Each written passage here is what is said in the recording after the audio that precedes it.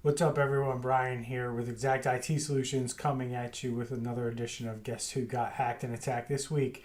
This is our show where we go over hacks, breaches, ransomware attacks that happen to businesses and organizations in the last 7 days. This is an opportunity for me to dissect what happened with these attacks, let you know what happened in them, and then how you can use the information I'm giving you here to make your business better or help your business not become a victim like one of the businesses organizations we're about to cover here. So we had some pretty big ones this week, it's amazing to me how many businesses are getting attacked on a week-to-week basis. There's no shortage of articles for me to find. There's no shortage of information out there for me to look at in terms of who's been hacked and who's been breached in the last week. And it's amazing to me that companies don't take this more seriously and they don't do the right thing with their security and with their data protection. And do everything that they can to make sure they're protecting it. The hackers are very good. They're getting better and better every day. I would have to say that from what I've seen, they're getting better at what they're doing at a quicker pace than businesses are taking care of their cybersecurity. We have conversations with businesses all the time that don't see the need to do cybersecurity or don't see the need to pay for what it costs in order to protect data and networks. And the reality of it is that they're going to get attacked one day. It's just a matter of when. It's kind of like when I look at how the IRS operates. You might cheat on your taxes for 3, 4, 5, 7, 10 years, but eventually it's going to catch up to you.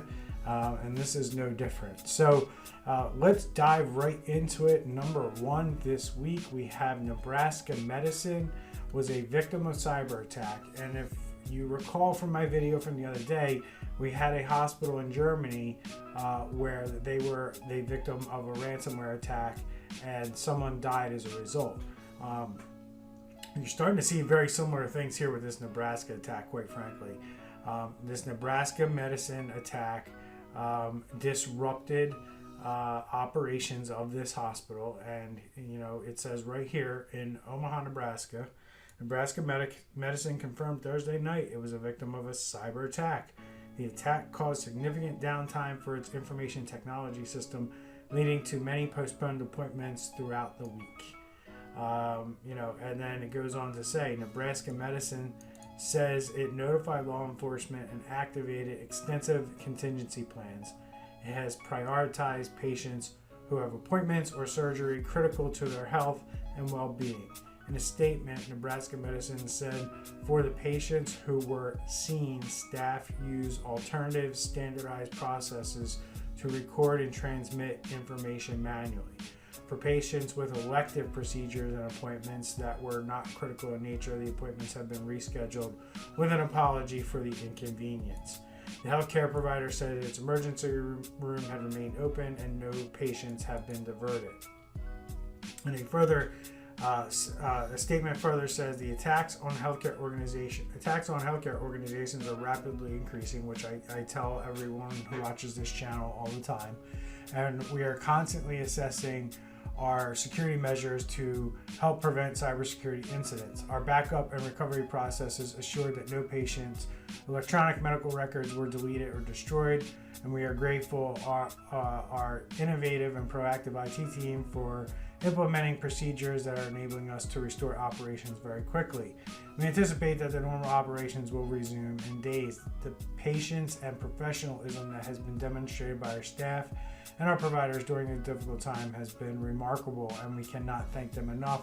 We remain committed to providing extraordinary care, and we will do everything we can to minimize any further disruptions to our patients. Earlier this week, the FBI confirmed for News 6 News that it was aware of the situation and offered assistance. Now, it doesn't disclose what type of attack this was.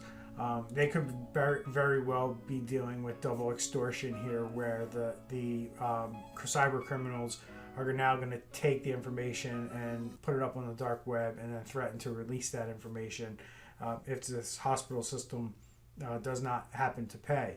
However, it does seem like on the surface, how they reacted to this is in line with best practices.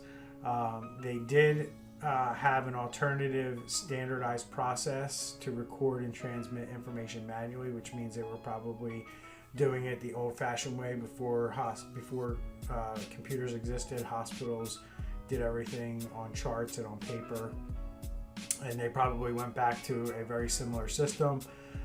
So they did have a business continuity plan, a disaster recovery plan, which also goes ahead and proves that they did a business impact analysis to determine, if their systems were down, what they would do.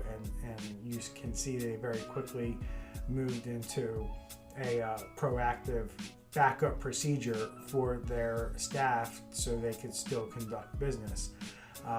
It is unfortunate that the non-emergency or the elective procedures had to be pushed back, it seems like they were able to handle within their own hospital the issues that were for the more serious patients that they had, which is a pretty good thing here. Obviously, you wish you could stop all cyber attacks, but that is not going to be the case ever. There's always a way in. There's always a person or an employee who can make a mistake and let somebody in. So it seems like they had the right plan in place, and they did everything they possibly could to handle this the best way they could. They were the victim of an unfortunate event, but this hospital system, I really, on the surface, and we'll know more here in a few days, but on the surface it seems like they had a pretty good plan in place, and they had a pretty good business impact analysis that was done prior to, so they knew what to do when the event actually happened, which is really good to see. So going a little bit deeper now, we got Horry County, South Carolina, and this is an interesting one. Horry County was a victim of a cyber attack as a result of their IT provider. Their IT provider was actually the one compromised, and that is a huge problem for businesses these days. If you aren't aligning your business with the right IT company, you could end up like Horry County. If you don't have a IT company that is talking to you about cybersecurity and is handling your cybersecurity for you, and at least sitting down and having a conversation and making you aware of the risks that are out there today, you might have a big problem on your hand. And quite frankly, Horry County probably thought they were with a pretty good company, because the company that was hacked, Tower Technologies down in Texas, they're a $1 billion a year IT services firm. You would figure a big firm like that would be doing the right thing around cybersecurity. But it appears that Tower Technologies was compromised, and as a result, all of their clients were compromised, and Horry County happened to be one of those. And this goes down to what I talk about with managed service providers and IT companies, and I've mentioned this in other videos, where we have the keys to the kingdom to a lot of businesses, and we are a huge target, and I'm not afraid to admit that. We know that here at our company, and we do things the best we possibly can using the NIST cybersecurity framework and doing everything we possibly can to make sure that our business cannot be interrupted, but if it does, we can continue to operate. And unfortunately, it looks like Horry County's one of their tool sets that they use to support their customers happened to get compromised, and a ton of their customers were victims of a cyber attack as a result. So the cyber attack hit the software company that utilized by Horry County, according to a statement. The county sent a statement Thursday which said Tower Technologies, a software solution provider utilized by the county in several of their offices, was a target of a cyber attack. The county said they were made aware Wednesday night, and the IT department took immediate action to prevent threats to the county's systems. The county said that they don't have a reason to believe any of its systems were compromised, and will be working with Tower Technologies as they learn more. So it's interesting. that this article came out, but then they said that they weren't affected. I'm not really sure, that they were just disclosing the fact that they used Tyler Technologies and Tyler Technologies was affected. But Tyler Technologies, they did have a cyber attack, and they do work with a lot of local and local and state governments to provide them with software support and what have you around technology. So it'll be interesting to see what other government entities are affected by the Tyler Technologies breach. But apparently Horry County believes that they were not affected, but I guess they were just disclosing this as a result of the release from Tyler Technologies. And quite frankly, a lot of local governments use Tyler Technologies, so Horry County is not going to be the only one. And then the federal government was hit with a successful cyber attack, and data was stolen. So this goes to show you that even our own wonderful federal government is susceptible to cyber attacks, just like your business is. There is nobody is not a target. Everyone's a target, and we're going to continue to highlight these things, and we're going to dig into this one right here, where the attack featured a unique multi-stage malware and likely pulse secure VPN exploit. So basically, an unnamed federal agency suffered a successful espionage-related cyber attack that led to a backdoor and multi-stage malware being dropped on its network. CISA, the U.S. Cybersecurity and Infrastructure Security Agency, issued an alert on Thursday, not naming the agency but providing technical details of the attack. Hackers, it said, gained initial access by using employees' legitimate Microsoft Office 365 login credentials to sign onto an agency computer remotely. The cyber threat actor had valid access credentials for multiple users, Microsoft Office 365 accounts, and domain administrator accounts, according to CISA. First, the threat actor logged onto a user's Office 365 account from an IP address, and then it browsed pages on a SharePoint site and downloaded a file. The cyber threat actor connected multiple times by TCP from IP address and the victim's organization's virtual private network server. As for how the attackers managed to get their hands on the credentials in the first place, CISA's investigation turned up no definitive answer. However, it's speculated it could have been a result of a vulnerability exploit that had been rampant across government networks. It is possible the cyber actor obtained the credentials from an unpatched agency VPN server by exploiting a known vulnerability on Pulse Secure, according to the alert. This particular vulnerability allows the remote unauthenticated retrieval of files, including passwords. CISA has observed wide exploitation of this vulnerability across the federal government.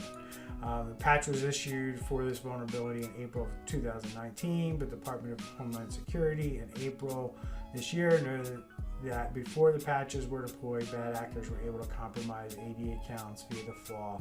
So even though those who patched for the bug could still be compromised and are vulnerable to attack.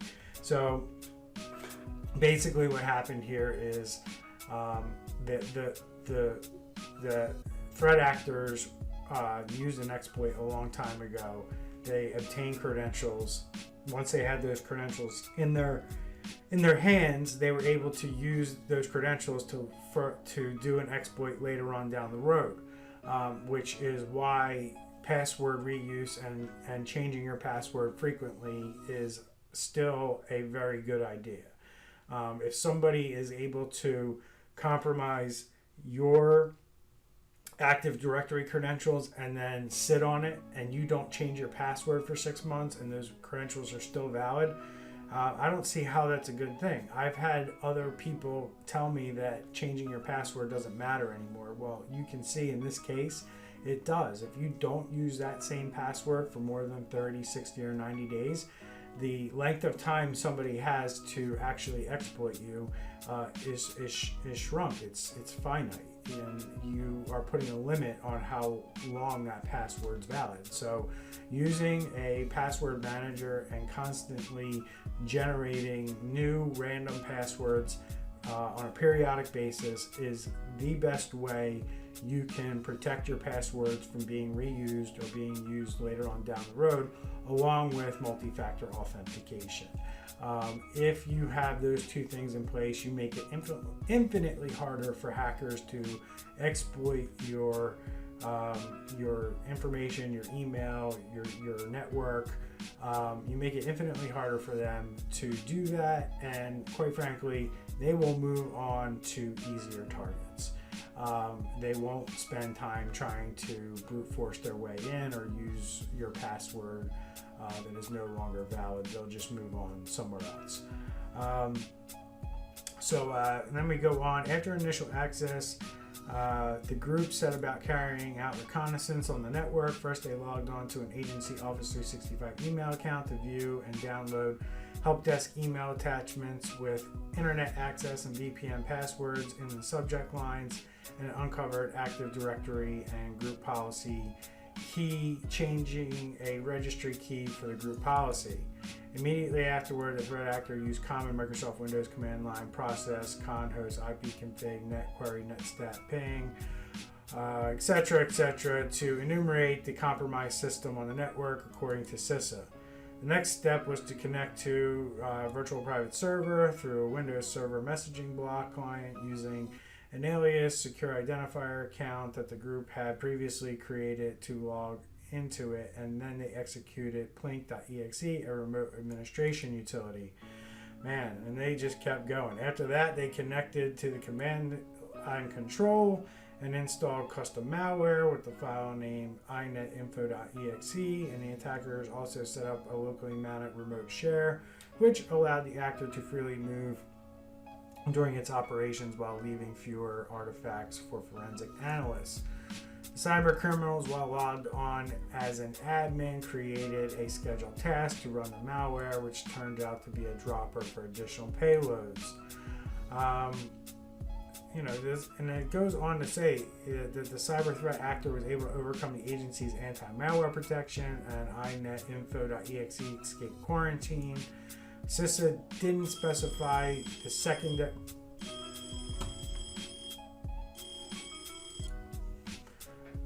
So as you can see with this particular attack,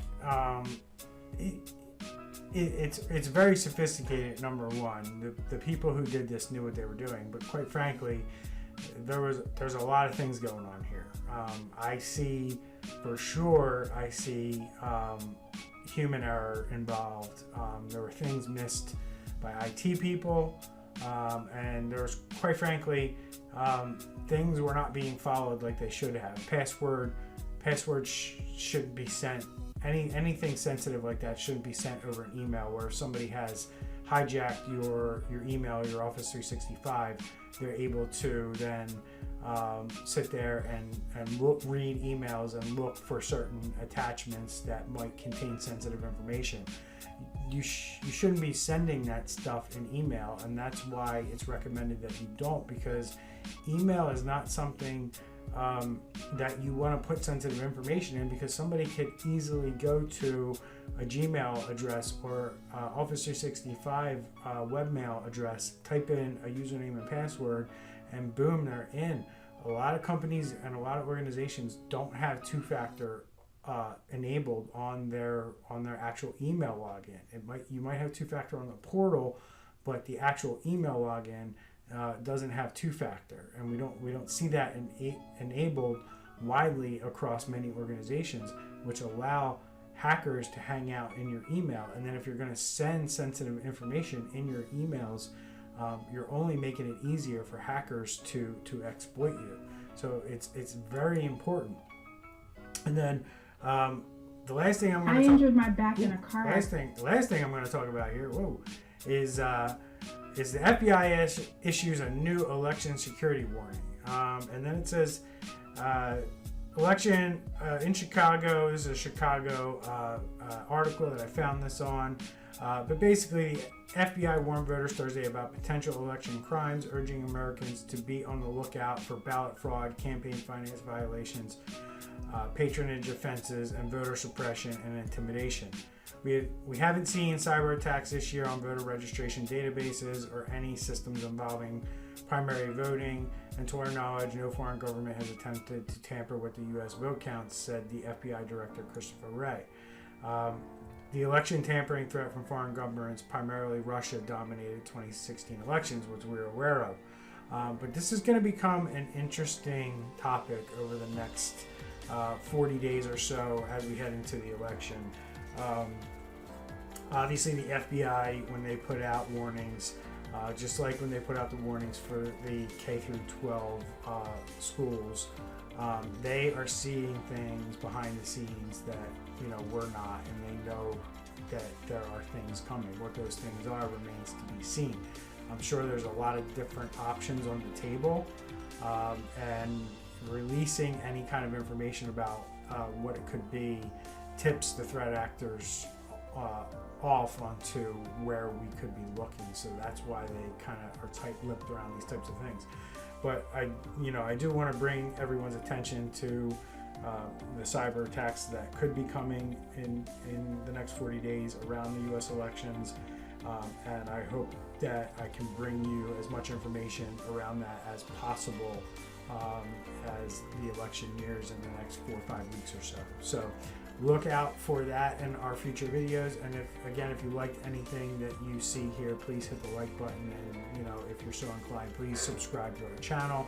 We look forward to bringing you videos like this all the time. So if there's something you'd like us to talk about, something you'd like us to discuss, or a question that you just have, drop them in the comments below. We'd be happy to answer them for you.